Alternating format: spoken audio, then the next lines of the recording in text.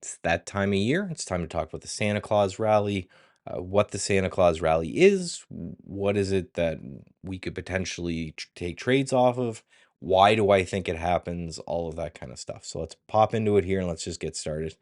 I put the Stock Traders Almanac up here. If you haven't checked that out, I highly recommend. I have no affiliation, but the Hirsch family has been doing this for many, many years. They study the seasonality of all of these trends. I rely heavily on their research when it comes to stock seasonality, so just wanted to give them a shout out there. But so the Santa Claus Rally is the last 5 trading days of this year, and then the following 2 into next year. And that's just because that is the area that they've studied to see if there's any outperformance in the overall market. So we're looking for, again, the last 5 days, which I think is 23rd, 26th, 27th, 28th, 29th, 30th. So yeah, that same kind of period of time here, saying from that time to this time, we generally get, we'll talk about this outperformance. So this is just a graph over the last roughly 10 years. The studies have gone back to 1950 to understand what's happening. So the math behind the Santa Claus Rally is that roughly there's an 80% gain, 80% chance of a gain within that period of time. That's pretty good odds, right? At StatsEdgeTrading, everything we do is statistics based. We take statistics, we apply technicals to them. I believe that is the perfect combination in order to keep you save your emotion when it comes to trading. You're just saying there's a good percent chance that this will happen, and this is the roughly return that I'll get, so I can kind of map all of this through. Now, 80% chance is pretty good.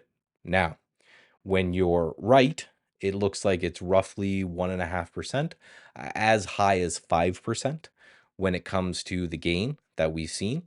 Now, when you're wrong, the loss has been as low as negative 10%. So when Santa Claus doesn't show up, it makes for a really rough Christmas. So just understand that. But an 80% chance of a gain, I think that's something that we have to look at, we have to study, and we have to make sure that we are participating in. Now, why do I think this happens, and what do I think potentially could happen this year? So I think that this is something that occurs because of taxes. It governs everything we do.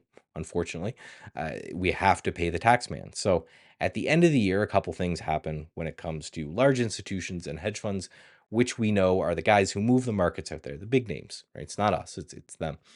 Now, the first thing is just bonuses and looking at their account. So investors will come and look at their year-end statements and say, okay, what do you guys, how have you done? What are you guys holding?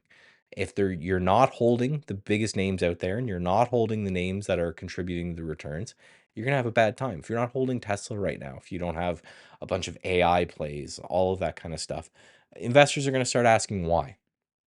And this is why I believe the winners usually ramp into the end of the year, because people have to buy more and more of those winners.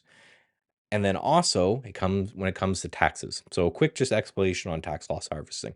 If I have if I have a bunch of winners and say I'm going to make $1 million on my winners, well, the government's going to charge me taxes on those gains.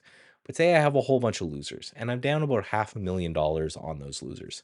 If I sell the losers at the same time I take profits on the winners, well, now I only have to pay the government for $500,000. I only have to pay them the difference between the two of those. So it reduces my overall tax burden. So what happens is generally you can tell which companies the institutions are making money on and which companies the institutions are losing money on.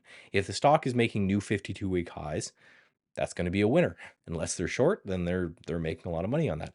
If the stock is making new 52-week lows, it's probably a loser. We're probably making new lows on that. So what will happen is you generally get a split between the winners and the losers, where the losers are going to lose more, the winners are going to win more, and you're going to have this bifurcation that occurs because you have this difference again in winning and losing. Now, after this is all done, whenever the wash sale and all the tax rules are done, sometimes you have those diverge because maybe that thing that was down, I still like it. I still want to own it. I just need to wait between the time that I sold it and that I can buy it again without getting penalized from a tax point of view. So maybe I'll buy that back. So that it's not always a permanent split, they come back in. But for this last little bit of the years, that would be my focus, is that I'm going to be taking a look at to take advantage of the Santa Claus rally. Say, hey, there's an 80% chance the market's going to move up a little bit. Could just focus on the overall market. That's fine. Put a stop loss in place. Say I'm going to see if I can grab a couple percentage gain there. For me, I'm going to focus on a lot of the winners. I'm going to look at stocks in the S&P 500 that are making new 52-week highs. And those are names that I think I'm going to look at for just little continuations. We're talking a week here, right? We're talking a week and we're talking 1.3%, right? So no one's going to get rich during it, but it could just be a little nice bump of return. So that's the Santa Claus rally. That's the statistics behind it. If you're interested in trading with a statistical edge, that's why I built StatsEdgeTrading.com.